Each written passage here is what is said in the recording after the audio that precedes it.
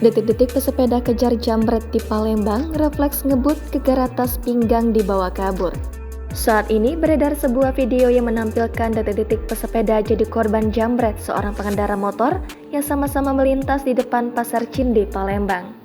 Dalam video tersebut, tampak pesepeda ini refleks berusaha mengejar jambret yang tiba-tiba menarik tas pinggang miliknya. Namun, video amatir yang direkam warga tak memperlihatkan lebih lanjut terkait upaya pesepeda mengejar jambret tersebut. Aksi jambret terekam kamera handphone salah satu pengendara mobil yang juga melintas di seberang Pasar Cindi.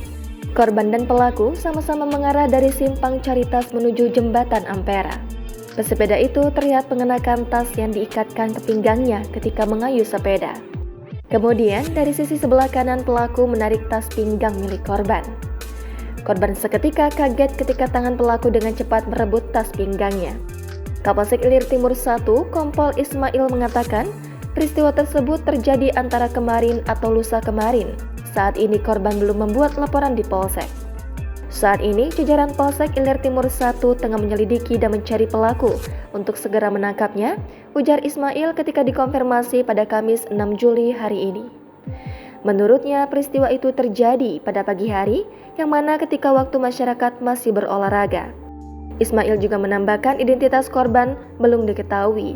Ia mengimbau agar korban segera melaporkan peristiwa jambret itu ke pihak kepolisian.